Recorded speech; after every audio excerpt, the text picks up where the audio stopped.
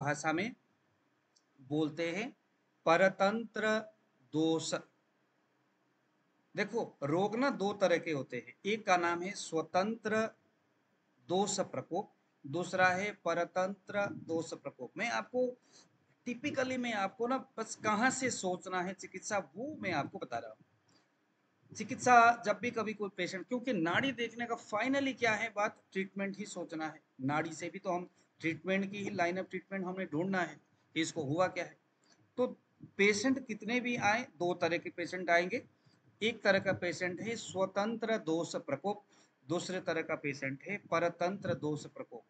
स्वतंत्र का मतलब है कोई आदमी बहुत ज़्यादा सिगरेट पीता है और अधिक सिगरेट पीने से लंग्स में बहुत ज़्यादा गंदगी भर जाता है, उससे खांसी होती है। अब खांसी हो, हाँ जी सर खांसी ज़्यादा हो रही है। अच्छा, क्या करते हो, सिगरेट पीते हो? हाँ जी हाँ जी। सिगरेट को बंद करो, कुछ कुछ दवाइयाँ दे दो, फ्री ठीक हो जाता है। वाह जी वाह, मजा आ गया। पेशेंट खुश, डॉक्टर खुश, और डॉक्टर यूट्यूब में डालता है अरे मैंने इसको ठीक किया। ये तो एक है। अब एक और पेशेंट आता है। अब ये जो है ये स्वतंत्र दोष प्रकोप है। लंग्स के अंदर जो कफ जमा है वो क्या है, सिगरेट के धुआं। सीधी सी बात है, उसने कफ को बढ़ाया और कफज रोग है, बार बार बलगम आता है, कफज ही है। सिगरेट पीने से कफ बढ़ता है, सीधी सी बात है। तो क्या हो गया, कफज दोष प्रकोप, स्वतंत्र दोष प्रकोप। परतंत्र क्या है, ये बड़ा उल्टा है मामला, और इसको समझना ही बड़ा औखा है, बड़ा मुश्किल है। पूरा आयुर्वेद समझने के बावजूद भी परतंत्र समझ में नहीं आता। माथा पच्ची इसी में ही है। परतंत्र में आपको बताता हूँ, एक आदमी रात भर चलता था, रात भर ट्रैवलिंग करता था, मोटरसाइकिल में, गाड़ी में, वैसे ही पैदल। रात के 2-3 बजे तक घूमते रहता, किसी न किसी से बात करते हुए। तो रात भर चलने से वायु बढ़ गया, रूखा गुण वाला रुक्ष गुण बढ़ गया, जो कल परसों हमने पढ़े थे। क्या बढ़ गया, वायु के रुक्ष गुण बढ़ गया, शीत गुण बढ़ गया, क्योंकि रात में ठंडी हवाएं भी आती है। तो वायु के दो गुण बढ़ गया जी, रुक्ष शीत। इससे क्या हो गया, शरीर में वायु बढ़ा। वायु का स्थान किधर है, नाभि के नीचे। उस स्थान में वायु धीरे धीरे बढ़ता गया, और बढ़ने वाला वायु जब बढ़ा, कौन से गुण से बढ़ा, रुक्ष और शीत। उसके बाद बढ़ने वाला वायु वहां से अग्नि स्थान को स्थान संश्रय किया, अग्नि स्थान में गया और अग्नि को मंद किया। मंद हो गया जी अग्नि। अग्नि मंद होते ही उस आदमी में स्ट्रेस में रहना, टेंशन होना, बहुत ज्यादा गुस्सा करना आदि लक्षण आने लगे। भूख नहीं लग रहा है फिर भी खा रहा है, भूख बिल्कुल नहीं लग रहा है, अग्नि स्थान बंद हो गया। कारण कौन है, वायु। ध्यान से सुनना, परतंत्र दोष कैसे बनता है और कितनी टेढ़ी है ये चीजें। ऐसे रोगी अक्सर भटकते रहते हैं, बस उसको पकड़ना है। हमारे पास जो आएगा वो भटकते हुए आएगा, सीधा वाला नहीं आएगा। हाँ जी, सिगरेट पी या खांसी हो गया, वो तो कहीं से भी दवाई खाएगा ठीक हो जाएगा। हमारे पास ऐसे रोगी आना नहीं है, टेढ़े वाले ही आएंगे। अग्नि स्थान को उस वायु ने बंद किया, कमजोर हो गया। अग्नि बंद होते ही वो बार बार कुछ न कुछ खा रहा है, वो डाइजेस्ट नहीं हो रहा है, अपच हो गया, यानी जो भी खा रहा है वो डाइजेस्ट नहीं हो रहा है।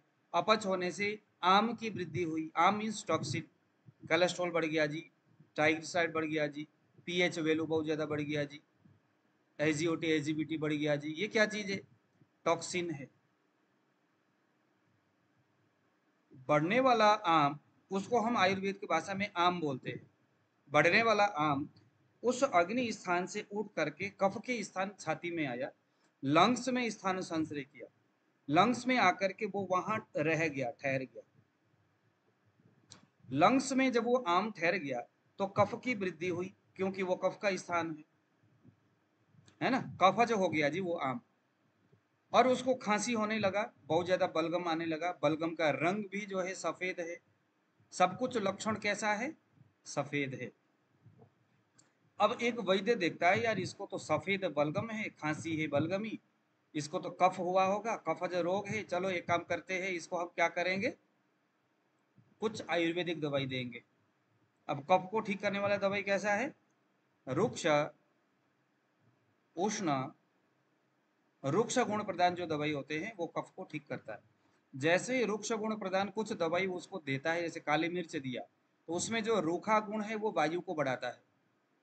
जब वायु बढ़ता है उस दवाई से, जो खांसी को ठीक करने वाला दवाई ही खांसी को बढ़ा रहा है, सीधी सी बात है। इसीलिए हर पेशेंट को पहले 7 दिन तक दवाई देना है। आपको जो समझ में आए वो दे दो, उसको बोलना है भाई ठीक हो जाए तो आ जाओ, नहीं हुआ तो ना तो भी आ जाओ। 7 दिन तक दवाई दिया। कभी कभी आपने ख्याल किया होगा कि भाई मैंने दवाई तो सही दिया था, लेकिन दवाई देने से उल्टा कैसे हो गया, चीजें और बढ़ गई। इसका मतलब है जैसे आप सोच रहे हो वैसा बनकर के रोग तैयार नहीं हुआ है, उसके कुछ विपरीत है। वो विपरीत क्या है, कफ है, पित्त है, वात है, और वो कहाँ से तैयार हो रहा है। जैसे ये रात भर चल करके चलता था, शीत गुण रुक्ष गुण बढ़कर के सारी चीजें हो रही है। उसका मूल कारण क्या है, रात में टहलना। तो हमें क्या चीज करना चाहिए, पहले रात में टहलने की, जो जगिंग करने का, रात में चलने का जो व्यवस्था है, 2 बजे तक जो जग करके रात भर वो घूमता रहता था, सबसे पहले चिकित्सा में क्या होना चाहिए, उसको पहले बंद करना चाहिए। लेकिन वो तो जब हम पूछेंगे बहुत सारी चीजें, तो अब हेतु क्या है वो किसी डॉक्टर को पता नहीं है, वो पेशेंट को ही पता है। अच्छा, पेशेंट उसी को कभी कभी मानता नहीं है। जैसे एक और उदाहरण हम आपको दे सकते हैं। एक पेशेंट सुबह उठने के बाद, उसको मंदाग्नि है, सुबह उठने के बाद उसको पेट साफ होता नहीं है, तो गर्म पानी 2-3 लीटर पानी पीता है, 2 लीटर 1 लीटर, और वो पानी में नींबू पता नहीं क्या क्या चीज डालते हैं। यूट्यूब में सोशल साइट में बतेरी बातें होती है, अच्छा ऐसा हो रहा है आप ये करो। अब उसको पीने से उसको अच्छा लगता है। अब उस पागल को ये पता नहीं होता ये जो वो कर रहा है अजीर्ण अवस्था में, मंदाग्नि अवस्था में नहीं करना चाहिए। अगर अजीर्ण हो तो सुबह पानी नहीं पीना चाहिए इस तरह से लेटिन से पहले। रात में खाए हुआ भोजन जब तक प्रॉपर डाइजेशन नहीं होता तब तक सुबह कुछ खाना पीना नहीं है। वो क्या कर रहा है, वो गलत कर रहा है बेसिकली आयुर्वेद के पॉइंट ऑफ व्यू से, बट उसके नजरिया से क्या है, वो सही है। तो वो उस बात को नहीं बोलेगा आपके सामने, और आपको तो पता नहीं है क्या करता क्या नहीं करता। आप पूछोगे ऐसा करते हो, नहीं वैसा करते हो, नहीं। लेकिन वो क्या करता है, सुबह उठने के बाद इतने सारे पानी पीता। अब वो पानी ही अजीर्ण को उत्पन्न करने वाला सबसे बड़ा रीजन बन रहा था। और आप मर्जी से दवाई देते रहो, जब तक वो पानी पीना बंद नहीं करेगा तब तक कुछ होना नहीं है उसका। चिकित्सा में ध्यान फिर से बता रहा हूँ, जो हमारे पास पेशेंट आता है वो डायरेक्टली स्वतंत्र दोष वाला कभी नहीं आएगा, परतंत्र वाला आएगा। इसीलिए हमें डायग्नोसिस करने के लिए बहुत सारे जीव देख के, नाड़ी देख के, यूरिन देखकर, स्किन को देखकर, उससे पूछ करके, उसके आवाज को सुन करके हमें ऑब्जर्वेशन करना चाहिए। ठीक है, ये चीज इसके संदर्भ में आयुर्वेद में अलग अलग समय में, अलग अलग अध्याय में, अलग अलग एंगल से बताया है इसके विषय में। लगा लो कि आयुर्वेद में ना इसी के विषय में बहुत गहरी पॉइंट है। जो उस बात को समझा सकता है, जो उस बात को समझ सकता है, वही उत्तम वैद्य है, वही उत्तम आयुर्वेदा चिकित्सक है। उसके बाकी तो फिर क्या हो गया, पेट में दर्द हो गया, अच्छा ये खाओ, ये कोई चिकित्सक का लक्षण नहीं है। चलिए शुरू करते हैं आज का प्रसंग। अब इस तरह से आयुर्वेद में, जैसे हम लोगों ने कहा था, जो मल है ना हमारे, मल क्या है, स्टूल हो गया, यूरिन हो गया, स्टीम जो हमारा पसीना हो गया, ये सारे मल है। जब हम डायग्नोस करते हैं, नाड़ी देखना हमने ये तो पक्की बात है, लेकिन उसके अलावा भी हमें मलों के बारे में भी परीक्षा करना चाहिए, किस मल की गड़बड़ी है। तो मल से भी हमें पता चलता है कि इंटरनल शरीर के अंदर चीजें कैसी चल रही है, क्या कुछ हो रहा है। कुछ उदाहरण लेते हैं। अदो बात, इसको हम बोलेंगे बेगा अवरोध। नोट करिए जरा, बेगा अवरोध। कई प्रकार के बेग अवरोध होते, कम से कम भी 10-12 तरह के बेग अवरोध की, कम से कम 13-14 प्रकार के बेग अवरोध की बातें आयुर्वेद में बताया गया है। एक एक करके समझते हैं, बारीकी से इसके ऊपर हम गौर करेंगे।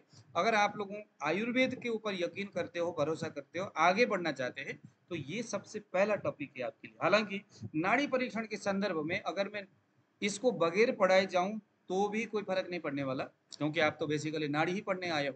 लेकिन मेरा मन नहीं मानता, बेशक 2 दिन ज़्यादा लग जाए, लेकिन वो टॉपिक जरूर मैं छेड़ते हुए जाऊंगा जो टॉपिक आपके लिए उपयोगी हो सकता है। आप देखो जरा, मैं आपको स्क्रीन शेयर करता हूँ, और मैं स्क्रीन से कुछ चीज़ें मैं दिखाता हूँ, ठीक है। आप लोगों को अभी मैंने क्या क्या बोला समझ में आया कि नहीं आया, जरा हैंड रेज करिए। किस किस को समझ में नहीं आया वो मुझे जरा बताइए, किसको समझ में नहीं आया। हाँ बताइए जी, 2 शब्द में बताना है, बताइए। हाँ जी, उत्तराखंड जी, बताइए।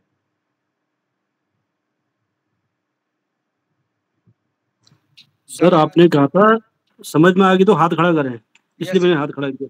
हाँ, पूछिए पूछिए, क्या समझ में मेरा भी नहीं वही है सर, समझ आ गया इसलिए हाथ खड़ा किया। आया? अच्छा, आ गया, समझ आ समझ गया में आ इसलिए गया हाथ ना सबको? खड़ा किया था सर। समझ में आ गया, आगे बढ़ूं मैं? जी ठीक जी। है, सभी लोग अपने कैमरे को खोलना है, हैंड रेज करना है, उंगली से या तो मोबाइल से, सर ठीक है?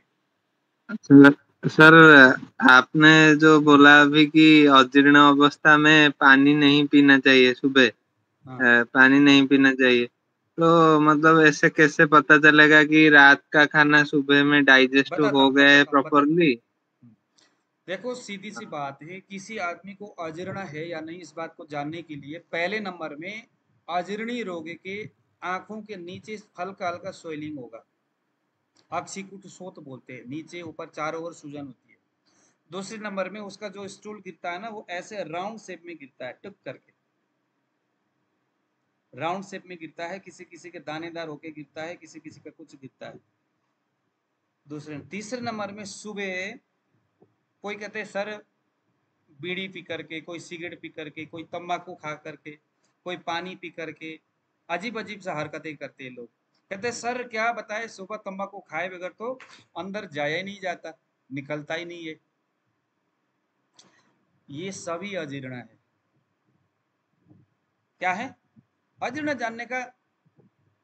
ये सबसे बड़ा तरीका है। अगर अजीर्ण है, अजीर्ण होने का मतलब है नजीर रात, देखो सुबह खाया हुआ भोजन रात को अगर रात तक अगर डाइजेस्ट नहीं होता है तो ये कोई बड़ी दिक्कत नहीं है, हालांकि होना नहीं चाहिए। सुबह खाए हुआ भोजन डाइजेस्ट हुए बगैर रात में भोजन करते हो तो ये कोई करना नहीं चाहिए, बट फिर भी ये उतनी बड़ी सजा नहीं होगी शरीर के लिए। बड़ी दिक्कत है कि रात में खाया भोजन सुबह अगर डाइजेस्ट नहीं होता, पचता नहीं है, फिर भी सुबह आप कुछ खा पी लेते हो, चाहे आप बीड़ी पियो, चाहे आप पानी पियो, चाहे कुछ भी करो। कुछ लोगों का कैसा होता है, सुबह उठने के बाद चाय पीने के बाद पेट साफ होता है, कहते सर भाई चाय पिलाओ सुबह सुबह। चाय पिए के बाद तो मल साफ होगा नहीं। क्या है? अजीर्ण है। हमें आज के समय में लगभग रोगी डायबिटीज के केस अगर कोई लेके आता है, कोलेस्ट्रॉल को केस लेके आता है, उससे पूछ लो, उसका अजीर्ण होना निश्चित है। अगर अजीर्ण है मेरे वेबसाइट में जाओ, उसमें अजीर्ण काम खत्म, आ गया जी अजीर्ण किस किस रोग में आता है। ठीक है, उसको पहले अजीर्ण की चिकित्सा देना है, 2 दिन तक 3 दिन तक लंघन कराओ, लंघन के साथ साथ बाद में स्नेहपान कराओ उसको। जो भी उसके लाइन ऑफ ट्रीटमेंट आयुर्वेद ने बताया है, अजीर्ण का पक्का चिकित्सा करो, उसका डायबिटीज भी ठीक होता दिखेगा, कोलेस्ट्रॉल ठीक होता दिखेगा, सब कुछ ठीक हो जाएगा। दिक्कत कहाँ आती है, हाँ जी डायबिटीज हो गया, अच्छा आप ये काम करो नीम खाओ। अरे कुछ नहीं महाराज, रखा क्या है, 2 दिन में हम आपके डायबिटीज ठीक करा देंगे। क्या करना है, आप नीम जो होता है, नीम के पत्ते ले आओ, करेला के वो ले आओ, उसके बाद कुटो और घुटने तक बाल्टी में रखो, आपका डायबिटीज 2 दिन में ठीक हो जाएगा। ठीक होगा क्या ऐसे? उससे खून वायु कम बढ़ आ जाता जाएगा है। आपका जी, ठीक हो जाएगा क्या? नहीं होगा। ये तो गोबर के ऊपर कुछ क्रीम वो लगा करके फिर उसी को किक बनानी जैसा बात हो गई, उसी से बाद में हैप्पी बर्थडे करो। गोबर के बाद मिट्टी डाल दिया। हाँ, गोबर के ऊपर मिट्टी डाल दिया, तो ये वही वाली बात होनी है। तो परफेक्ट हमें क्या करना है चिकित्सा में, देखना है ये जो हो रहा है इसको क्या है, बेसिकली क्या है। जब तक उस पॉइंट तक नहीं पहुंचोगे तब तक कुछ दवाई नहीं देना, क्योंकि इससे आयुर्वेद का बदनामी होगा। ओके, चलिए जरा हम टॉपिक में जाते हैं। अजीर्ण आया समझ में? अगर ऐसा है, ऐसा ऐसा है तो अजीर्ण, आंख के नीचे स्वेलिंग हो जाती है। हालांकि स्वेलिंग जो है पांडु में भी होता है। आज मेरे पास एक महाराष्ट्र से एक पेशेंट आए थे, छोटी बच्ची, उसको पांडु भी है, कृमि पेट में। अच्छा, पेट में कीड़े हो तो भी आंखों में स्वेलिंग होती है। आंखों में वेबसाइट से ढूंढो ना, मैं आपको यहाँ दिखाता हूँ, देखो जरा कैसे ढूंढना है वेबसाइट में। आंखों में सूजन। सर किडनी प्रॉब्लम में भी होता है ना? किडनी प्रॉब्लम देखो ना कहाँ कहाँ होता है, मैं आपको यहाँ दिखाता हूँ। ओके, मैं आपको यहाँ दिखा रहा हूँ। देखिए हमें क्या लिखना है, हिंदी में लिखना है आँखों में सूजन। स किधर, अरे इतना तो सिंपल है यार, रखा ही कुछ नहीं है इसमें। अभी देखो शिखा जी देख रहे हो आप, आंखों में सूजन, पहला रोग क्या बताया, पांडु। हाँ जी क्या हो गया आपको, अरे ठहरो ठहरो, आंखों में सूजन है, यहाँ लिखो आंख में सूजन, पहला रोग क्या बताया, पांडु। सर स्क्रीन शेयर नहीं हो रहा है, हाँ स्क्रीन शेयर नहीं हो रहा है। अरे क्यों नहीं हो रहा है, आपको दिखाई दे रहा है कि नहीं आप लोगों को? हो रहा है यस सर। सर, हाँ, दिख रहा है। दिखाई दे रहा है सर, दे रहा है। पहले में क्या दिख रहा है, पांडु। अब देखो उसमें पांडु है क्या, अगर पांडु के बारे में याद नहीं है, पता नहीं है, तो पांडु में क्लिक करो जहाँ ये पांडु लिखा है। दूसरे में क्या आ गया, आंखों में मलिनता और सूजन किस में दिखता है, हृदय रोग में। आंखों में सूजन है तो दूसरे नंबर में पूछो भैया हार्ट डिजीज है क्या, हृदय से संबंधित। तीसरे नंबर में आ गया आंखों में सूजन, अष्टोदर, अष्टोदर है क्या, अष्टोदर ये उदर रोग है। चौथे में आ गया थायराइड या रसक क्षय जिन्हें हम कह सकते हैं, है क्या ऐसा?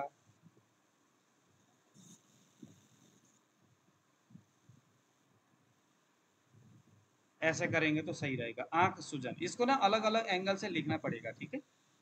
आंख सूजन हो गया। पहले नंबर में क्या आया, अग्निमांद्य, आंखों में सूजन, आंख में सूजन। अग्निमांद्य इंडाइजेशन है तो भी सूजन होगा, पांडु है तो भी सूजन होगा, पांडु में सूजन है। और सूजन कहाँ है देखिए जरा,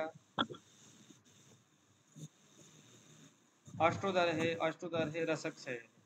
तो देखो आयुर्वेद ने आंखों में सूजन कहाँ कहाँ बता रखा है, अग्निमांद्य में, पांडु एनीमिया में, ठीक है, हृदय रोग में, अष्टोदर में, एब्डोमिनल स्वेलिंग में, है ना, और रसक क्षय में, यहाँ यहाँ सूजन बताया है। उसके बाद देखो कि इनमें से कौन सा दिक्कत है उसको, अग्निमांद्य बोलता है क्या, अच्छा अच्छा आ जाओ जी, अग्निमांद्य ये आ गया। अब अग्निमांद्य में क्लिक करो, देखते हैं अग्निमांद्य से सिम्टम्स में जाना है, नहीं तो पहले हेतु में भी हम जा सकते। देखो अग्निमांद्य होने के हेतु कितने हैं, सुबह पेट साफ हुए बगैर ही ब्रेकफास्ट कर लेता हूँ, हेलो, ये कहाँ सारे हो? चीजें हैं, ठीक है। ये हो गया हमारा अजीर्ण। और इसमें सिम्टम्स है, सिम्टम्स में बहुत सारी चीजें हैं, जहाँ जहाँ पेशेंट से पूछते जाओ, क्लिक करते हुए जाओ, पूछते जाओ, पेट भी भूल जाता है इसमें अजीर्ण में। अजीर्ण बहुत बड़ा रोग है, हैजा है, विश्व कोलेरा जिसको हम बोलते हैं, दांत ओठ और नाखून पीला पड़ जाना अजीर्ण, अलसक हो गया, मल पूरी तरह से रुक चुका है, कॉन्स्टिपेशन, पेट के कोना पसलियों में गैस होना, दर्द होना, रुलाने वाली दर्द पसलियों में होने, ये सारा क्या है, अजीर्ण है। ये सारा क्लिक करिए, नेक्स्ट में क्लिक करिए, आपको ये आयुर्वेदिक चिकित्सा बता देगा। देखो कहाँ कहाँ क्लिक किया है, जहाँ जहाँ क्लिक किया उसके हिसाब से चिकित्सा बता देगा। अभी हमने क्लिक किया पित्तज अग्निमांद्य में, तो पित्तज अग्निमांद्य का ये यहाँ पर चिकित्सा बता देगा आपको। और भी बहुत सारे आयुर्वेदिक वैद्यों ने, देखो भूख ना लगे तथा पेट में दर्द हो, अग्नि तुंडी वटी क्रव्याधर शंख भस्म, भूख ना लगे तो, भूख ना लगे पर पेट में गैस हो तो, अलग अलग कंडीशन में दे दिया जी।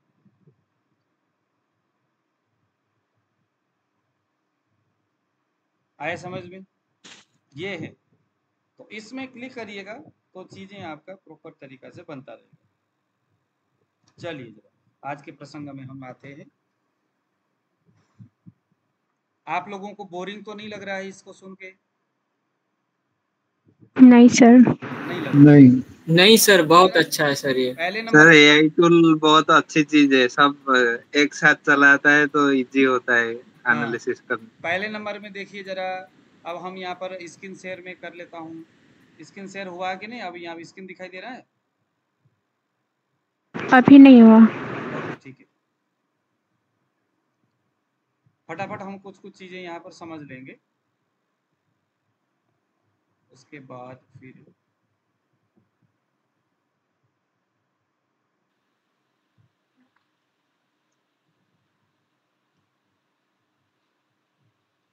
अभी दिखाई दे रहा है क्या? दिख रहा है? एनीवे चलिए, अब पहले नंबर में देखते हैं अपान वायु। अब यहाँ पर हम बात कर रहे हैं कि हमारे शरीर के कुछ कुछ वेग है ना, उसको रोकना नहीं चाहिए। पहले नंबर में अपान का वेग रोकना नहीं चाहिए। अपान मीन्स नीचे जाने वाली जो कोटि जो मल है उसको कभी किसी हाल में रोकना नहीं चाहिए। जब पेशेंट आते हैं उसको अगर कुछ कुछ रोग हो, जैसे गुल्मा हो गया, देखो जरा, गुल्मा मीन्स ट्यूमर। अगर शरीर में कहीं ट्यूमर है, इसको हम बोलते हैं उदावर्त, पुरुष उदावर्त। आज मेरे पास पुरुष उदावर्त वाला एक पेशेंट आया।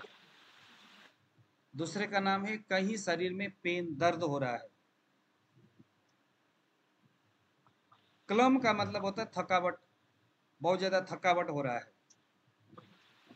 मल और मूत्र का अवरोध हो रहा है, मल भी रुक रहा है, यूरिन भी रुक रहा है।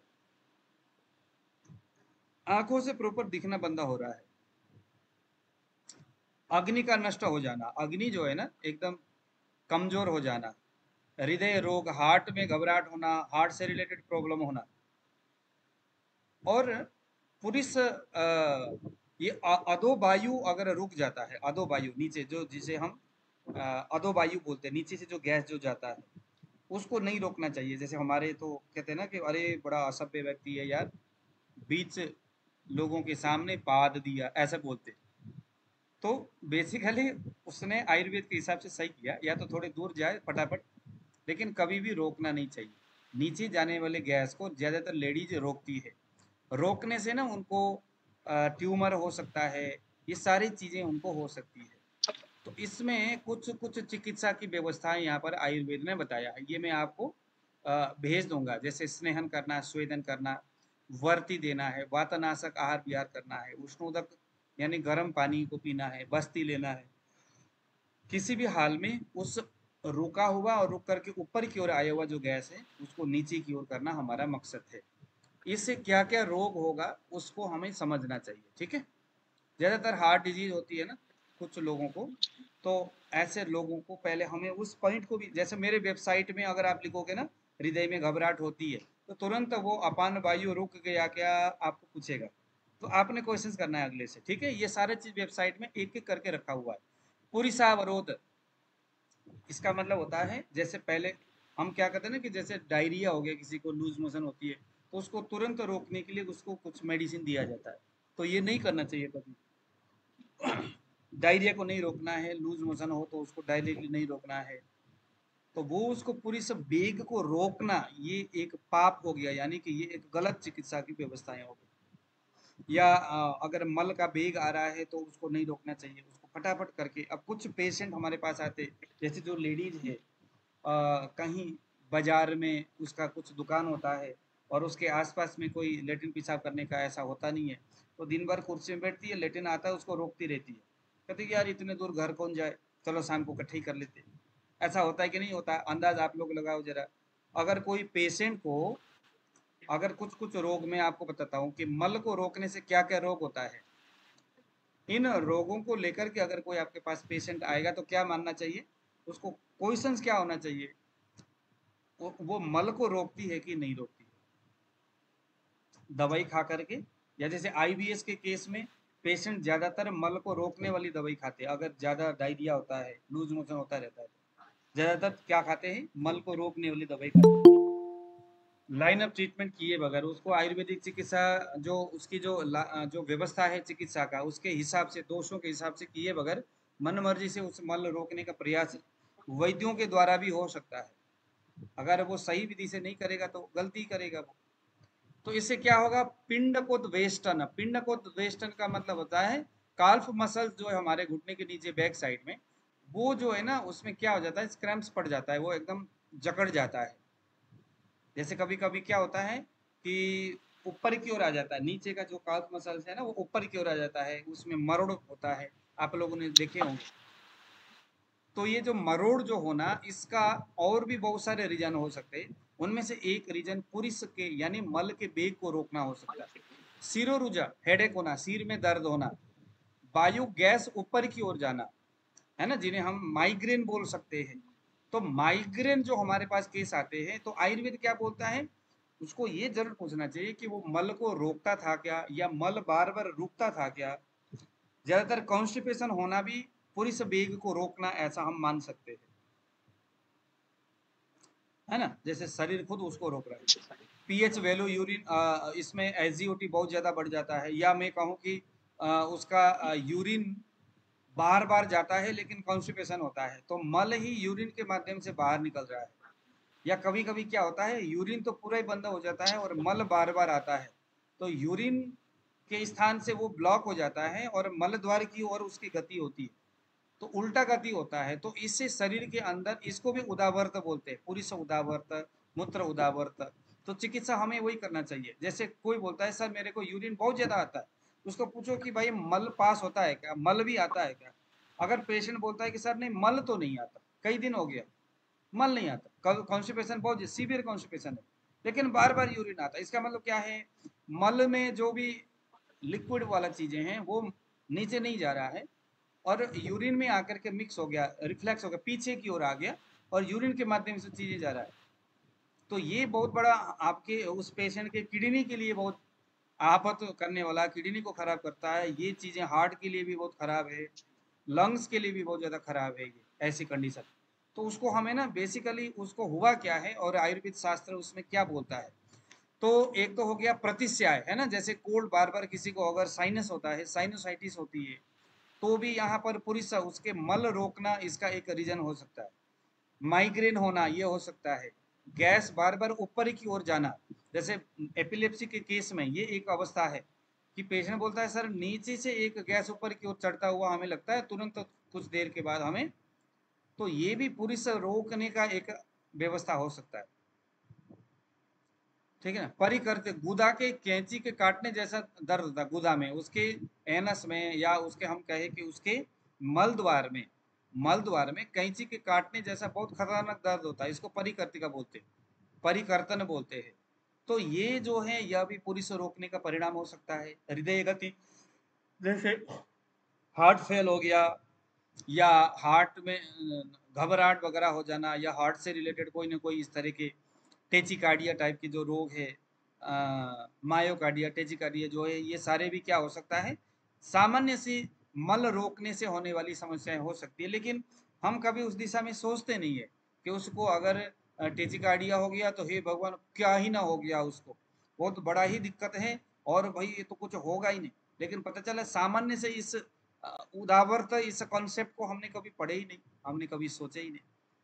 तो एक बड़ा रोग समस्या छोटा सा, लेकिन हमारी पहुंच वहां तक पहुंचे तब तो हम उसको ठीक कर सकते।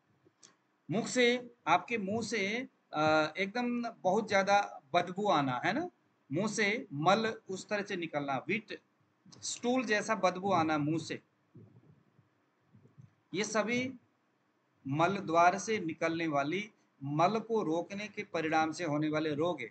ये रोग नाम से बड़े बड़े हैं लेकिन इस पीछे का जो रीजन है वो है मल को रोकना, मल रुक करके ऊपर की ओर आ गया।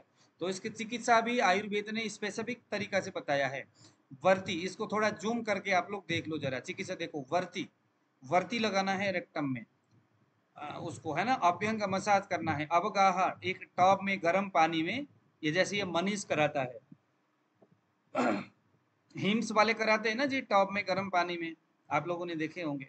तो वो ये क्या है, ये एक तरह से अवगाहन है, वो आयुर्वेद का कॉन्सेप्ट है। वो बोलते हैं कि हमारा कॉन्सेप्ट है, नहीं है।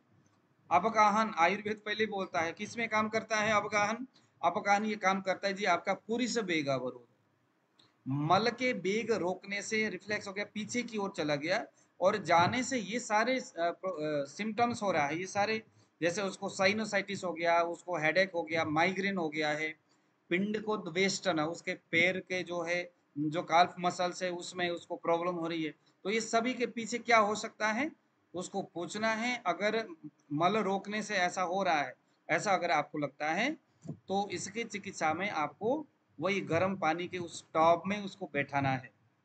हाँ, ये आयुर्वेद बोलता है जी, हिम्स वालों का नहीं है। लेकिन हमें मालूम ही नहीं है, हमने कभी आयुर्वेद पढ़े नहीं है, तो क्या होगा, यही होगा तो अरे वाह क्या बात है, हिम्स वालों ने तो एक नया चीज रिसर्च करके दिखाया। नहीं, अवगाहन बोलते, स्वेदन स्टीम देना, वस्ती देना, मलभेदन करने वाले जो है कि अन्नपान देना, मलभेदक अन्नपान, जैसे लेखनीय द्रव्य जो है भोजन के बीच में इधर उधर वो मल का भेदन करता है, तो इस तरह के अन्नपान देना पुरुष वेग को रोकने या उससे रिलेटेड होने वाली इस तरह की समस्या में काम करता है। ऐसे ही मूत्र वेग, रिटेंशन ऑफ यूरिन हम ये कह सकते हैं। तो ये इससे क्या होगा, यूरिन अगर रुक जाता है और पीछे की रिटेंशन हो जाती है तो अंग भंग, अंगों का टूटने जैसा दर्द होता है। स्टोन हो सकता है, देखो ब्लाडर में stone in urinary bladder, urinary bladder में स्टोन हो रहा है, किडनी में स्टोन हो रहा है, इसके पीछे मूत्र वेग हो सकता है, ठीक है। और पेनिस में इस तरह के दर्द हो सकते हैं उसको, है ना, उसके पेनिस के आसपास अंडाशय में इधर उधर दर्द हो रहा है ना। किडनी में बहुत ज्यादा, किडनी पूरे शरीर में स्वेलिंग हो रहा है यूरिन को रोकने से, घुटने, पैर, पैर के तलवा पूरा स्वेलिंग हो रहा है। हम कहते हैं भैया किडनी खराब हो गया, नहीं, वो पीछे उसका मूत्र वेग अवरोध हो सकता है, क्योंकि किडनी तो एक धातु के द्वारा निर्माण होने वाली एक ऑर्गन है ना। किडनी स्वयं से तो कभी खराब होगा नहीं, तो किडनी खराब हो गया, हे भगवान फैटी लिवर है, अरे फैटी लिवर का दवाई, अरे नहीं, फैटी लिवर, लीवर तो रक्त धातु द्वारा बनने वाला एक ऑर्गन है, रक्त धातु कैसे खराब हो गया वो देखना है हमें, रक्त धातु को कैसे शुद्ध करे। रक्त धातु में कफ है तो फैटी लिवर कफज हो गया, पित्त है तो फैटी लिवर पित्तज हो गया, वायु है तो वातज फैटी लिवर हो गया, मूत्र की वजह से फैटी लिवर हो सकता है।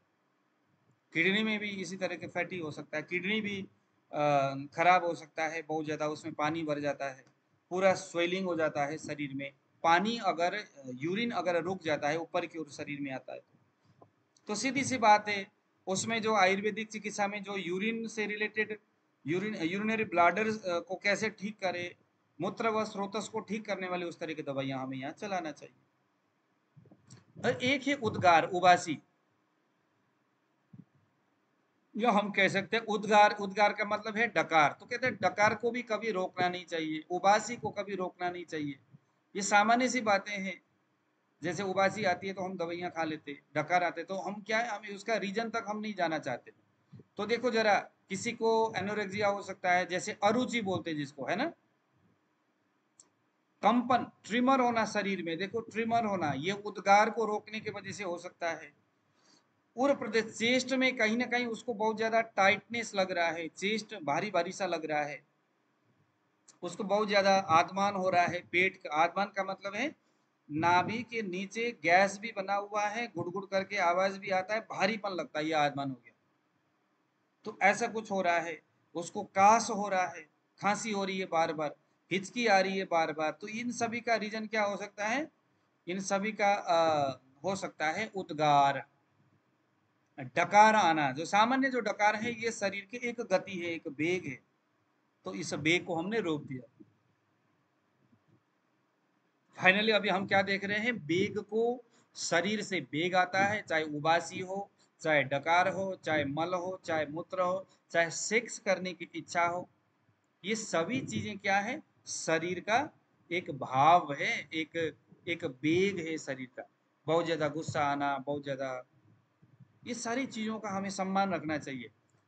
जैसे आयुर्वेद बोलता है ना कि काम क्रोध भय से वायु बढ़ता है, तब हमें भोजन नहीं करना चाहिए। इंसान बहुत ज्यादा, जैसे माँ बाप का शादी मतलब किसी की मृत्यु हो गई, उस समय कहते हैं ना कि भाई किसी की मृत्यु हो तो तब निराहार रहना चाहिए, भोजन नहीं करना चाहिए। पीछे क्या है कारण, कारण है कि शोक, शोक से वायु बढ़ता है, और उस समय अगर आप बहुत ज्यादा गरिष्ठ भोजन करोगे तो वायु बढ़ने के बाद अग्नि मंद कर देता है, गरिष्ठ भोजन डाइजेस्ट नहीं होगा, आम की उत्पत्ति होगी, दिक्कत हो जाएगा। कोरोना के बीच में बहुत ज्यादा शोक का लहर था, बहुत सारे लोग दुखी थे, पता नहीं अब क्या ही होगा, सारे लोग तो मर रहे, हमारी क्या स्थिति होगी। उस शोक में पता नहीं कितने सारे बच्चे जन्म ले लिए, हमने पहले भी चर्चा किया था।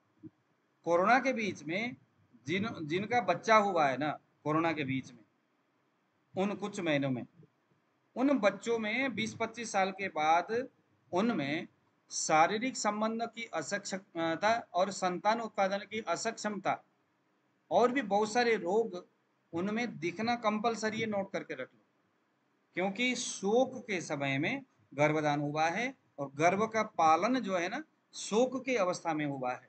ये बहुत डेंजर कंडीशन है, ठीक है। तो दूसरे नंबर में देखो, छींक को नहीं रोकना चाहिए, सिर में दर्द, माइग्रेन होना, इंद्रिय दौर्बल्य, हमारी जो कर्म इंद्रिया है ना वो एकदम शिथिल हो जाना, मन्या स्तंभ, ये पीछे वाला जो भाग है ना, पीछे वाला, ये बड़ा ही स्तंभ हो जाता है। जैसे अभी किसी ने कहा कि भाई हमारा हाथ जो है कमजोर है, नहीं चल पा रहा है, तो देखो जरा, छींक को रोकने से ये हो सकता है। अर्धित फेशियल पैरालिसिस छींक को रोकने से होने वाली रोग है।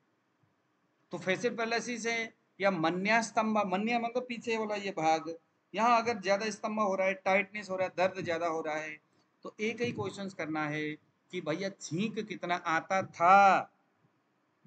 अरे सर बोल, तो फिर क्या किया आपने? कुछ कुछ किया। तो चिकित्सा क्या करना चाहिए?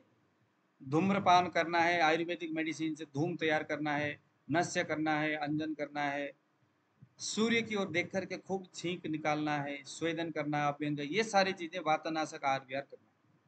ऐसे ही प्यास को नहीं रोकना चाहिए, अगर रोकोगे तो मुख शोष।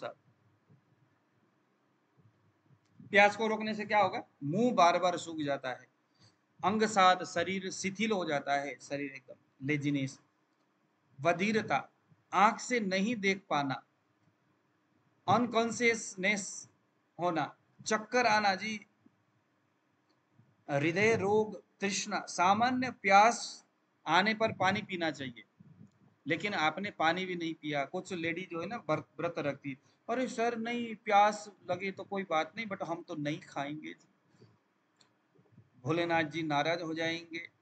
हैं, फलाने का व्रत है, पति के लिए रखा है, मेरा पति विदेश में है, भला क्या होगा उसके लिए, मैं सोचती हूँ कि वो अच्छा रहे, पानी भी नहीं पीना और खूब प्यास लग रहा है। और ऐसे लेडीज एक हफ्ता में पता नहीं कितने व्रत करते हैं इस तरह से। क्या हो गया? भूख को नहीं रोकना चाहिए, प्यास को नहीं रोकना चाहिए।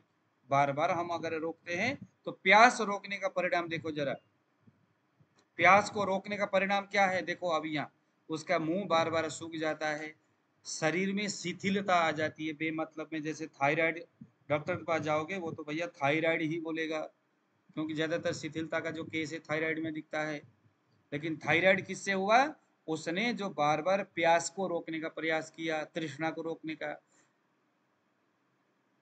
बधिरता, बधिरता भी जो है, कान से न सुन पाना, यह भी ऐसा हो सकता है। प्यास, सामान्य प्यास को रोकने से देखो कितना डेंजर रोग।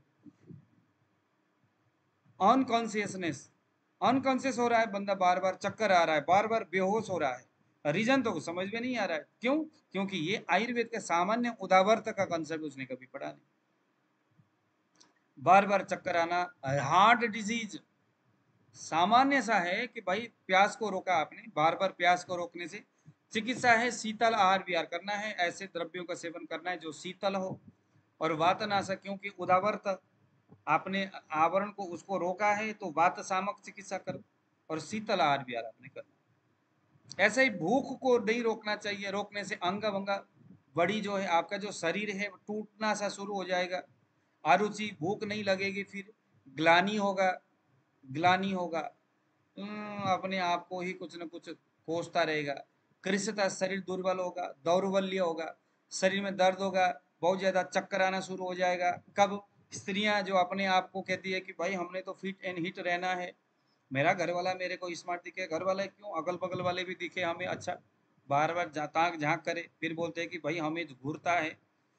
हाँ, ऐसा दिखने के लिए वो क्या करते हैं, कुछ भी खाते नहीं है, जिम में जाते हो, जिम वालों ने पता नहीं कौन सा ग्रंथ पढ़ रखा है, और वो बोलते हैं कि ऐसा करो, केला डालो, उस पता नहीं एक बड़ छोटा सा बोतल होता है, कहते हैं कटर कटर पता नहीं क्या क्या उसमें डालते, उसको पियो, जिम करो, उसको उठाओ और ऐसा करके दिखाओ, बढ़िया दिख रहा है क्या? हाँ जी हाँ जी, और पियो। आयुर्वेद क्या बोलता है? व्यायाम करने से पहले, जब तक व्यायाम करने के बाद पसीना आपका ठंडा नहीं होता है, कम से कम 1-1.5 घंटे तक कुछ खाना पीना नहीं है। व्यायाम हमेशा एसी के नीचे नहीं करना है, गर्म करना, आपका जो नॉर्मल टेम्परेचर होनी चाहिए। सब कुछ गड़बड़ कर देते वे लोग। बड़े बड़े अच्छे अच्छे लोग जिम में जाकर के मर रहे हैं, आपको पता है कि नहीं? तो लेडीज भी अपने आप को फिट रखने के लिए, स्लिम रहने के लिए आजकल तो इंटरमीडिएट फास्टिंग, ये पता नहीं कहाँ से कीचड़ आ गया। कहते 13 घंटे 12 घंटे खाना ही नहीं है। आयुर्वेद क्या बोलता है? सामान्य सी बात है भैया, भूख लगे तो भोजन करो, प्यास लगे तो पानी पियो, जितना भूख लगा उतना खाओ, जितना प्यास लगा है उतना। स्वस्थ व्यक्ति के लिए नियम, आहार का नियम बताया है। सुबह 10 से लेकर के 12 के बीच में, रात के सूर्यास्त से पहले अथवा नहीं तो 8 बजे से पहले, सोने से 3-4 घंटे पहले भोजन करना चाहिए स्वस्थ व्यक्ति के लिए। अस्वस्थ व्यक्ति के लिए क्या है? जब भूख लगे तब भोजन करना है, सीधी सी बात है। जब तक भूख नहीं लगती तब तक भोजन नहीं करना है, और मात्रावत असनियत, जितना भूख लगा है उससे कम भोजन करना है अस्वस्थ व्यक्ति के लिए। ये अस्वस्थ व्यक्ति के लिए नियम नहीं है कि 10 से 12 के बीच में ही भोजन करना, नहीं, सारा उल्टा हो रखा है। अस्वस्थ व्यक्ति के लिए अस्वस्थ का जो कारण है, उस कारण का जिस रोग के साथ संबंध है, वेबसाइट में जाके पता चलेगा। उस रोग में जो आहार बताया है, उस आहार को करना है जब भूख लगती है तब करना है। 4 रोटी खाने का मन करता है, भूख लगी है 4 रोटी वाला, सिर्फ 3 रोटी खाना है, 1 रोटी का बाद। त्रिकुक्षीय अध्याय चरक में जाके पढ़ो।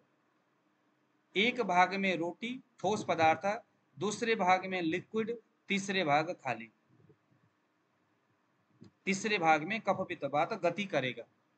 हम क्या करते? अरे महाराज पार्टी में चले गए, बढ़िया पनीर खा लिया जी रात को। अल पनीर वाला कॉन्सेप्ट आयुर्वेद में है ही नहीं।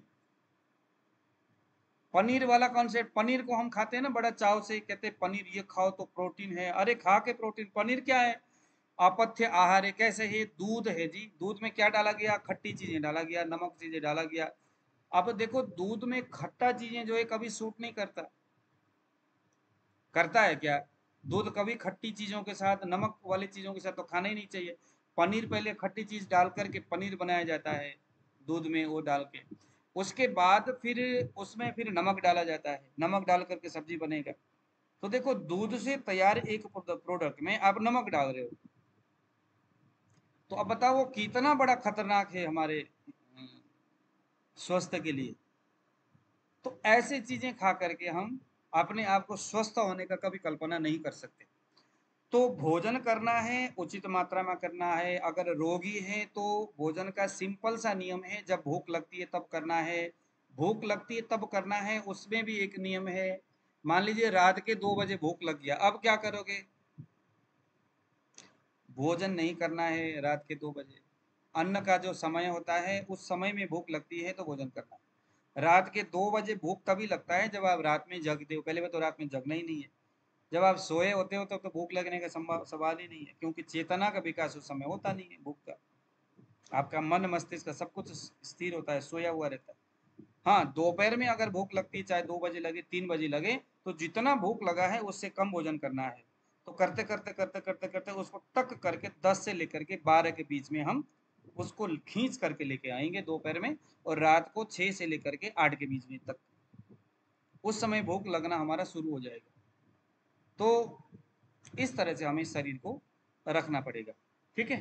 तो ये हम बात कर रहे थे क्षुधा, यानी भूख को अगर हम रोकते हैं तो कमजोरी आना कंपलसरी है, शरीर में कहीं कहीं दर्द होना, चक्कर बार बार आना, अंग मंग शरीर जो है ना, शरीर एकदम टूटा टूटा सा लगना, ग्लानी होना। अरुचि, देखो अरुचि, अगर हम कुछ नहीं खाते ना तो हम ये सोचते हैं कि बहुत ज्यादा अच्छा भूख लगेगा, अग्नि बढ़ेगा। नहीं, कुछ नहीं खाएंगे तो अग्नि और डाउन होगा। तो जो मोटे लोग हैं ना, बहुत कुछ न खा करके अग्नि डाउन हो जाएगा, बाद में क्या हो जाएगा? वायु बढ़ जाएगा, वायु बढ़ करके और तहस नहस हो जाएगा जी। इसीलिए समय पर भोजन करना चाहिए। समय समय पर का मतलब है जब भूख लगती है वही भोजन का समय है। चलो भूख का हो गया, अब आ गया निद्रा। नींद का बेग आ जाए तो सोना चाहिए, नींद को नहीं रोकना है। अगर रोकोगे तो मूर्छा होगा, मूर्धनि सिर और आंख में गुरुता यानी भारीपन लगेगा, आवाज ही नहीं आती, आवाज नहीं आ रही है। चलो कोई बात नहीं, रिकॉर्ड किया हुआ है, आपको नहीं आ रहा है तो बाद में सुनाई देगा। तो देखो जरा, नींद को रोकने से क्या क्या होगा? आंख, सिर में और आंख के आसपास में भारीपन लगेगा। ध्यान देना, कोई पेशेंट बोलता है ऐसा तो वेबसाइट में लिखोगे तो वैसे तो निद्रा वेग अवरोध कह करके आ जाएगा, अगर नहीं तो शरीर में हैवीनेस होना, आलस्य लेजीनेस होना, जृंबा यानी कि बार बार उबासी आना, अंगमर्द शरीर में ऐसा होना, ये क्या है?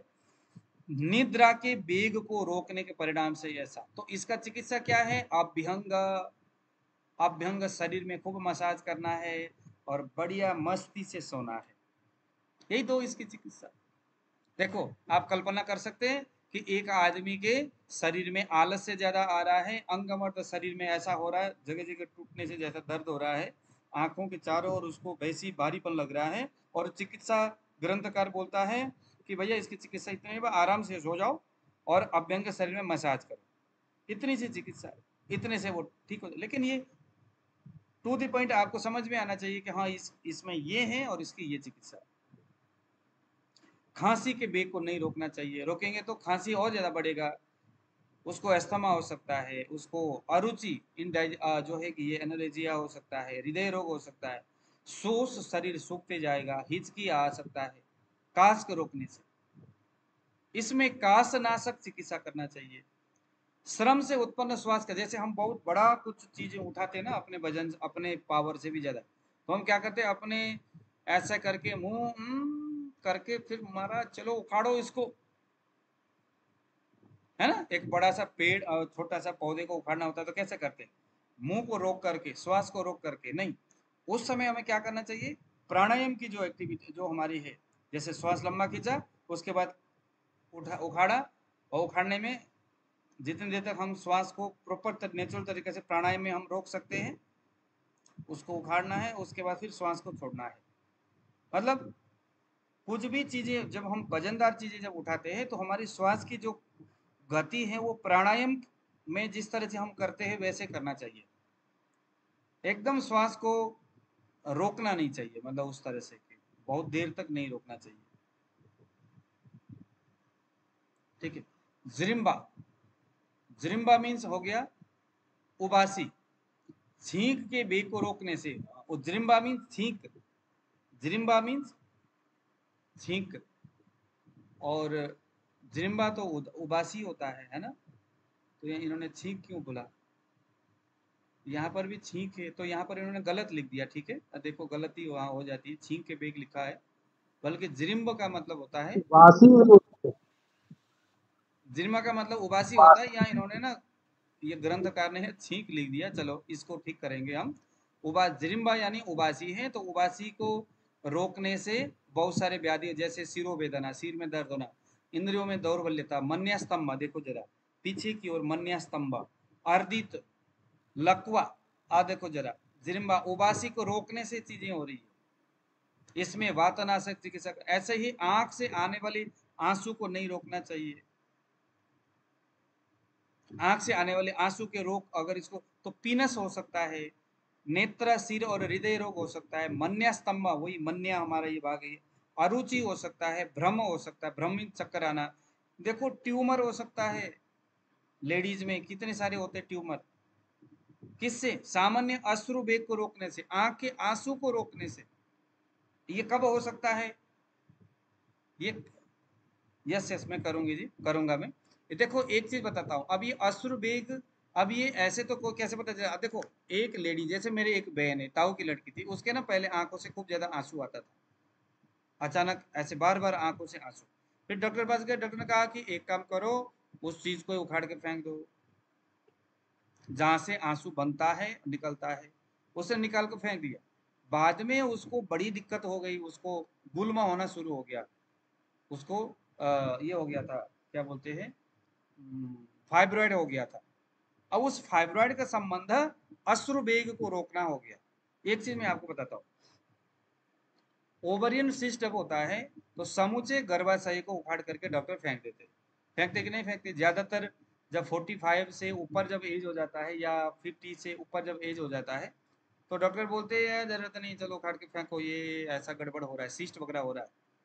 तो अब ये बताओ, जो गर्भाशय है वो क्या है? आर्तक का स्टोर होने का जगह है कि नहीं है? हर महीने थोड़ा थोड़ा आर्तक रिश्ता है, उस जगह जाकर के स्टोर होता है। अगर हम उस स्टोर होने वाले कटोरी को निकाल के फेंक देंगे तो क्या हो जाएगा? वो ऊपर से कहाँ से आर्तव का निर्माण समान वायु से होता है ना, ऊपर से, छोटी और बड़ी आंत के बीच में से, आसपास में छोटी आंत से ही होता है, और बहते हुए गर्भाशय में जाकर के ठहरता है और समय आने पर पीरियड्स के टाइम में बाहर निकलता है। डॉक्टर ने उस कटोरी को फेंक दिया, क्या हो जाएगा? अब आर्तव बनने की प्रक्रिया को तो कोई उठा नहीं सकता, हटा नहीं सकता, वो प्रक्रिया तो जस का तस से बनी रहा है वो। लेकिन गड़बड़ क्या हुआ? डॉक्टर ने क्या चीज नहीं सोचा? बन रहा है, नीचे आ रहा है, कहाँ जाएगा? जगह ही नहीं है, उसके आसपास घूमेगा, फिर पीछे की ओर चले जाएगा, पीछे की ओर जाएगा। तो ऐसे स्त्री, कई किसी किसी को स्त्री में आप देखोगे जिसने 6 साल पहले, 10 साल पहले गर्भाशय निकाल के फेंका हुआ होता है, वो लेडीज के मूछे आना शुरू हो जाता है, यहाँ पर दाढ़ी मूछे दिखता है जी, कटिंग करती है। दाढ़ी मूछे किसका आता है? पुरुष का। उसके ब्रेस्ट का साइज अचानक सूख जाता है, उसके आवाज में अचानक परिवर्तन आता है, पुरुष जैसा आवाज आता है, मोटा मोटा आवाज, खरर वाली आवाज उसको आती है। आप जरा कल्पना करो क्या हो गया होगा। अब एक चीज आप समझ लो, एक स्त्री, जो स्त्री है, नपुंसक नहीं है, इसके पीछे एक ही चीज जो उसके शरीर में है, जो एक नपुंसक स्त्री में नहीं होता और इसमें होता है, उसका नाम है गर्भाशय। उसमें गर्भाशय नहीं होता और इसमें गर्भाशय होता है, इतनी सी बात है। डॉक्टर ने उसी स्थिति को निकाल कर फेंक दिया, कहा चलो आप हिजड़ा बन जाओ। और नपुंसक में जो जो सिम्टम्स होगा, या उस गर्भाशय को निकाल के फेंकने के बाद उस स्त्री में ऐसा परिवर्तन अक्सर देखा जाता है।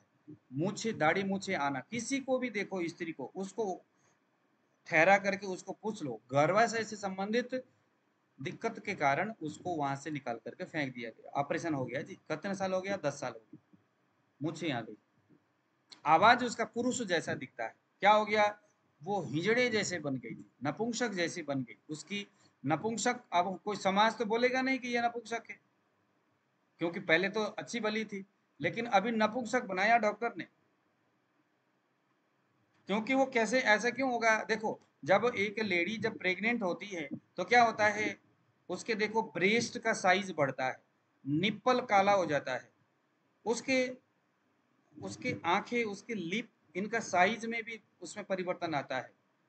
ये सारी चीजें होता है, क्यों होता है? क्योंकि शरीर की एक प्रक्रिया है ना, जो पीरियड्स जो तैयार होता है, जो आर्तव है जो नीचे नहीं जा रहा था, नीचे जो जा रहा था प्रॉपर तरीका से हर महीने, अब जब बच्चा गर्भ में ठहरता है तो वो रास्ते को वो धीरे धीरे बंद कर देता है, नीचे जाने वाला रास्ता आर्तव के लिए बंदा, वही आर्तव बाद में संतान को पोषण करने वाला शक्ति वाला बन जाता है, वही संतान को पोषण करता है और ऊपर की ओर आता है। अब संतान को ब्रेस्ट में से दूध देना है, इसकी तैयारी कौन करता है? वो आर्तव ही करता है, जो हर महीने स्त्री के लिए बाहर बहता है, वो सारा तैयारी करता है वही। उस स्त्री के मन में संतान, उस पेट के अंदर के बच्चे के प्रति करुणा का भाव कौन तैयार करता है? वही आर्तव करता है। ये प्रक्रिया है शरीर का, उधर नहीं जाएगा तो वो शरीर के अंदर जाके कुछ कुछ करेगा। गर्भाशय को फेंक दोगे तो वो कुछ करेगा, ठीक है? तो ये है। तो हमें यहाँ पर बस इतनी सी बात है कि अगर वो आंख से, अब देखो डॉक्टर अक्सर आंखों की भी इस तरह से ऑपरेशन करते बार बार, क्यों? मैंने तो 2 पेशेंट देख चुका हूँ ना, एक तो अपने बहन को देखा है, एक किसी और को, तो ये दिक्कतें आना संभव है। तो अगर उसने ऑपरेशन करके चीजें फेंक दिया तो उसका तो हम कुछ कर नहीं सकते। लेकिन अगर अश्रु वेग आता है, बार बार एलोपैथी कुछ मेडिसिन खा रहा है, तो हमारा चिकित्सा क्या है इसमें? शयन, उसको सोने के लिए प्रॉपर देना चाहिए, मद्यपान कराना चाहिए उसको, मद्यपान का मतलब कुछ आसव अरिष्ट दोषों के हिसाब से देना चाहिए, और प्रिय कथाओं को सुनाना चाहिए, क्योंकि अश्रु का संबंध मन के साथ है, तो उसका मन को हीलिंग करने वाली कुछ कुछ चिकित्सा करना चाहिए। बेशक किसी भी कारण से आंख से आंसू बहता होगा, किसी भी एनाटॉमिकली प्रॉब्लम की वजह से या फिजियोलॉजिकली कोई किसी प्रॉब्लम की वजह से आंसू आ रहा है, लेकिन फिर भी हमें उसके मन को प्रिय लगने वाली ऐसी एक्टिविटीज, ऐसी कथाएं उसको सुनाना चाहिए। कुछ आयुर्वेदिक आसव अरिष्ट मद्यपान के रूप में देना चाहिए, उसको प्रॉपर तरीके से नींद आए ऐसे उसकी व्यवस्था करनी चाहिए, और कुछ कुछ बात सामक चिकित्सा करना चाहिए, और लक्षणानुसार जो भी उसका लक्षण होगा उसकी चिकित्सा करना चाहिए। अब आ गया जी वॉमिटिंग। अब ये वॉमिटिंग, सर्दी को रोकना तो बहुत बड़ा डेंजर चीज है, ये तो अक्सर चिकित्सक के पास आते हैं। हाँ जी, वॉमिटिंग टेंडेंसी बार बार होती रहती है, तो क्या क्या होगा? एरिसिफलस होगा जी, विसर्प, चकत्ते, शरीर में चकत्ते, बार बार शीतला जैसी स्थिति होना, शीत पित्त जैसी स्थिति होना, कोठ बोलते हैं जिसको, कुष्ठ रोग हो गया, यानी कुल मिलाकर के अगर किसी को स्किन डिजीज होता है तो बहुत ज्यादा संभव है उसको पहले कभी जीवन में पहले उसको वोमिटिंग टेंडेंसी होती रहती थी, उल्टी आने की स्थिति होता था। तो आयुर्वेदिक डॉक्टर या एलोपैथिक डॉक्टर उसके वोमिटिंग को रोकने का प्रयास करता था। आंखों में खुजली होना, एनीमिया, पांडु होना, उसके खून में गड़बड़ी हो गई, बुखार आना, खांसी होना, एस्थमा होना, बार बार जी मचलना, व्यंग, आपके ब्लैक पिगमेंटेशन, स्किन में इस तरह के ब्लैकनेस वगैरह दिखना, शरीर में ओडेमा होना, स्वेलिंग, सोए तो बोलते हैं सोत होता है कहीं कहीं शरीर में। तो इस सब का सब इनका संबंध किसके साथ है? सर्दी के साथ है। यानी वोमिटिंग को रोकना, जैसे कभी कभी किसी कारणवश पेशेंट को बहुत ज्यादा उल्टी आती रहती है या उल्टी आने जैसी स्थिति होती है, तो उससे क्या होता है, पेशेंट बोलता है कि महाराज बड़ी दिक्कत है, क्या करें। तो उल्टी को रोकने के लिए बहुत सारे दवाइयाँ हैं, तो वो दवाइयाँ चिपका देते, चलो सिम्टोमेटिक ट्रीटमेंट हो गया जी, पेशेंट भी खुश, पैसे मिल गया, डॉक्टर भी खुश। लेकिन जड़ से मामला गया नहीं, किस वजह से हुआ है? तो यहाँ चिकित्सा आयुर्वेद ने बताया, गंडूस धारण करना है, तेल मुंह में लगाना है, धूम्रपान करना है, लंघन करना है, रुक्ष आहार करना, आहार सेवन के बाद पुनः वमन कराना है, व्यायाम, पहले तो छोटा वमन कराना है, सद्य वमन बोलते, उसके बाद विधि पूर्वक बाद में फिर वमन कराना है, फिर उसको व्यायाम कराना, रक्त श्रवण यानी ब्लीडिंग थेरेपी कराना है ना, इसको बोलते हैं कपिंग थेरेपी हम कह सकते हैं, उसको विरेचन कराना है, क्षार और लवण युक्त तेल से मसाज करना है। ये लाइन ऑफ ट्रीटमेंट है, क्या एकदम विधि पूर्वक यही सारी चीजें उसको करना चाहिए। ठीक है, एक कुल मिलाकर के अगर हम ऐसे रोगी को सत्य वमन देंगे पहले और बाद में विधि पूर्वक उल्लंघन आदि करा करके एक बढ़िया सा अगर हम एक उल्टी आने वाली दवाइयाँ चिकित्सा कराएंगे, तो इसको बहुत हद तक इसके ये बहुत सारे जो स्किन डिजीज जैसे रोग, अब हम क्या है, अच्छा क्या हो गया जी आपको चिकित्सा स्किन डिजीज हो गया, क्या हो गया, अच्छा चकत्ते होते हैं, शीत पित्त होता है, चलो हम शीत पित्त के चिकित्सा ढूंढते रहते हैं और उसका रीजन क्या होता है, सर्दी, वोमिटिंग रोकना।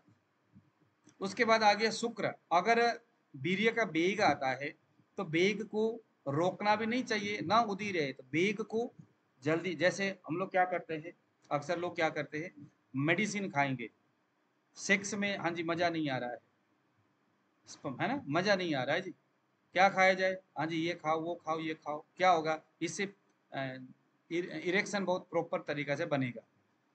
तो आयुर्वेद क्या बोलता है, बेगम ना उदी रहे, बेग को जबरदस्ती बढ़ाना भी नहीं चाहिए, बेग को जबरदस्ती रोकना भी नहीं चाहिए। जैसे हम शुक्र कीट को, जैसे हमारा स्पर्म को लंबे समय तक सेक्स के लिए आनंद लाने के लिए दवाइयाँ खाया जाता है ना लोग, कि चलो इतने देर तक हमारा ऐसा होना चाहिए, रुकना चाहिए स्पर्म। आयुर्वेद क्या बोलता है, उस बेग को नहीं रोकना चाहिए, बेग जो आ रहा है उसके पीछे का रीजन को देखना है, बेग को रोकने से क्या होगा देखो। और जो लोग इस तरह के मेडिसिन खाते हैं ना, सेक्स के चरम सुख को पाने के लिए, क्षणिक सुख को पाने के लिए, बाद में उसके सिर पे हमारा शरीर कितना बड़ा हथौड़ा मारता है देखो जरा। एक तो पेनिस में कोई प्रॉब्लम होगा, उसके वृषण में, टेस्टिकुलर में उसको, जैसे हम कहते हैं ना अंड वृद्धि हो गया जी, ऐसा हो गया, उसमें दर्द हो रहा है, शरीर में कहीं सोली, बुखार आ रहा है, हार्ट में पीड़ा होने लगा है ना, रिटेंशन ऑफ यूरिन, यूरिन जो है रुक गया, अंग भंग, शरीर जगह जगह टूट गया है, दर्द होता है, अंड वृद्धि, अंड वृद्धि अक्सर लोगों को होती है, स्टोन होता है, या बंदा जो है पूरी तरह से नामर्द हो जाता है, नपुंसक हो जाता है, ये सभी का सभी जो समस्याएं हैं महज उस दवाई खाने से हो सकता है। शुक्र वेग को रोकने या अति मात्रा में सेंसेशन को कंट्रोल करने वाला या अपने उत्तेजना को बढ़ाने वाली इस तरह की दवाई, न बेगों को रोकना भी नहीं है और बेगों को बढ़ाना भी नहीं है। तो सामान्य जैसा है, अगर नहीं हो रहा है तो उस कारण को समझ करके उसकी चिकित्सा करना चाहिए। तो आज हमने इतना देखा, ये 14 प्रकार के बेग को अगर आपने याद किया प्रॉपर तरीका से, तो आयुर्वेदिक चिकित्सा ना आपके लिए बहुत सामान्य होने वाला है। कोई भी रोगी आता है उसके हिसाब से आप चिकित्सा, हालांकि ये सभी चीज़ें हमने अपनी वेबसाइट में इसको हमने डाला हुआ है, वहाँ से आप डायग्नोसिस कर सकते हैं पेशेंट के लिए, और जो भी एक्चुअली जो भी इसकी जो ट्रीटमेंट होगा, है ना, कि उसका रीजन क्या है उसको देख करके, कोई भी पेशेंट आता है, आज के बाद ये नियम बनाना है कि ये जो 14 प्रकार का जो बेग है उनमें से कोई बेग का संबंध तो नहीं है, फिर वहां से हमारी चिकित्सा, एक चिकित्सा उधर से भी बन सकता है। ठीक है, तो आज हम इतना देखेंगे। किसी का सर कोई एक Yes. क्वेश्चन था। आज एक नारी तो उसको तो आपकी आवाज ओके सर, पता नहीं आप कैसे जगह में हो, समझ में नहीं आ रहा। आप यूनिवर्सिटी के ही अंदर हो ना आप, पतंजलि? आपका गला फंस रहा। नहीं मैंने गला नहीं फंस रहा बच्चे, वो खुद ही फंसी हुई है कहीं। आप मैसेज करके बता दो। मैसेज करो बेटा, मैसेज दो बेटा।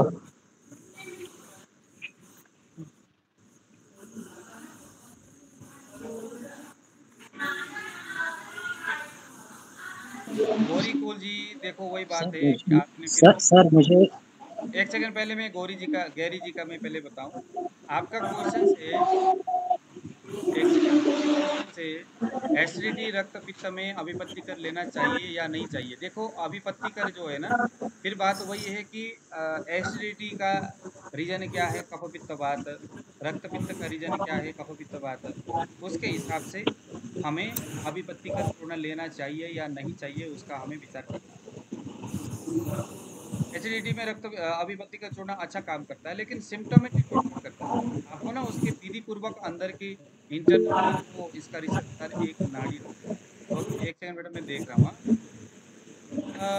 एक नाड़ी देखी, उसको नाड़ी बाद में पता चला कि उसको कफ कोल्ड था, लेकिन 1 मिनट टाइम नाड़ी। हाँ, तो देखो इसके पीछे का रीजन ये है कि आपने कहा कि 1 मिनट मृत्यु का मतलब है ये कहीं ना कहीं ये पित्त की ओर इशारा करता है। ठीक है ना, बात कभी समान कभी अपान हो रहा है। हाँ, मैंने वही कहा ना आपको, ये 1 मिनट में देखने वाला जो थ्योरी है वो सभी के शरीर में नहीं दिखता है, परफेक्ट नहीं है ये, ज़्यादातर कभी कभी मिलता है, ये बात है बस।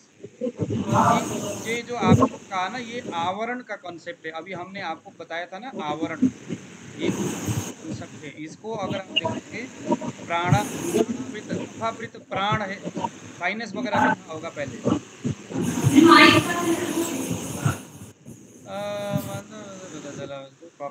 हाँ, तो उसको कोल्ड था, बट साइनस वगैरह भी हो सकता है। कफावृत प्राण, आप मेरे वेबसाइट जाकर लिखो कफावृत प्राण, कफावृत, मैं यहाँ लिखो कफावृत प्राण, कफावृत प्राण। आप ना ऐसा कुछ भी करना है ना, तो उसको अगर वो कहते हैं कि उसको खांसी हो रहा है, तो सीधे आप वेबसाइट में जाओ, वहाँ से देखो,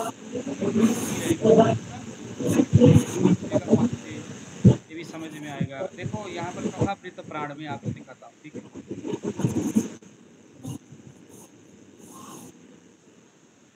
देखो कफावृत,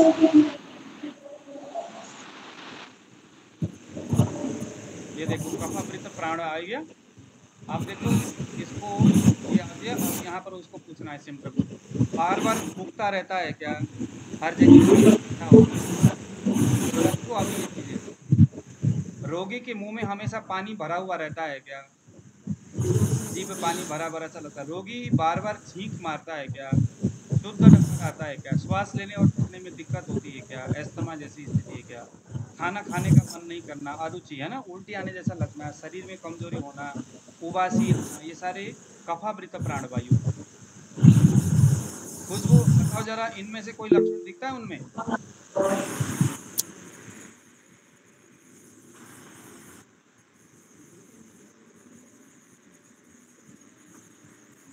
बोलो बोलो बोलो। हाँ सर, उबासी आती रहती, और कुछ उबासी आती है ना, देखो यहाँ पर उबासी आती है, और भी चीजें देखो क्या क्या।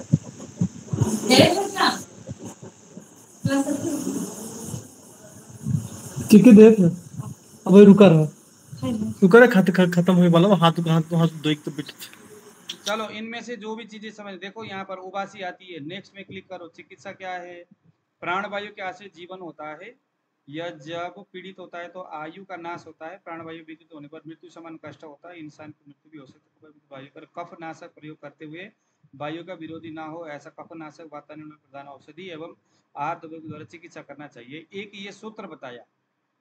अब चिकित्सा में तो ये देखो बहुत सारे चिकित्सा के लिए यहाँ पर व्यवस्थाएं आयुर्वेद में बताया हुआ, इसको आप पढ़िए और अपने हिसाब से युक्ति पूर्वक यहाँ से आप कुछ कुछ चीजें निकाल करके अपने हिसाब से यहाँ पर आप चिकित्सा करिए। चरक सूत्र स्थान में देखो, प्राणेश्वर प्राण अभृतम करोति क्रिया च तेषा मखिला निरुक्ता तम देश साथ में और तुबलान्यवेक्ष प्रयोजयेत् शास्त्र मतानुसारी। तो ये सारी चीजें हैं यहाँ पर, इसको पढ़ करके उसका एक आप वमन करा दो, मृदु विरेचन करा दो, ऐसा कुछ कराओ। या कुछ और भी होगा, किसी और रोगों के साथ वो टच कर रहा है तो यहाँ पर लिखना है आपने पहले उसको क्या है सिम्टम। जैसे अभी आपने क्या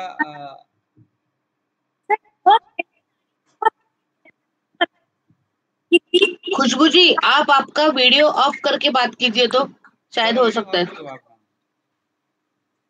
ओके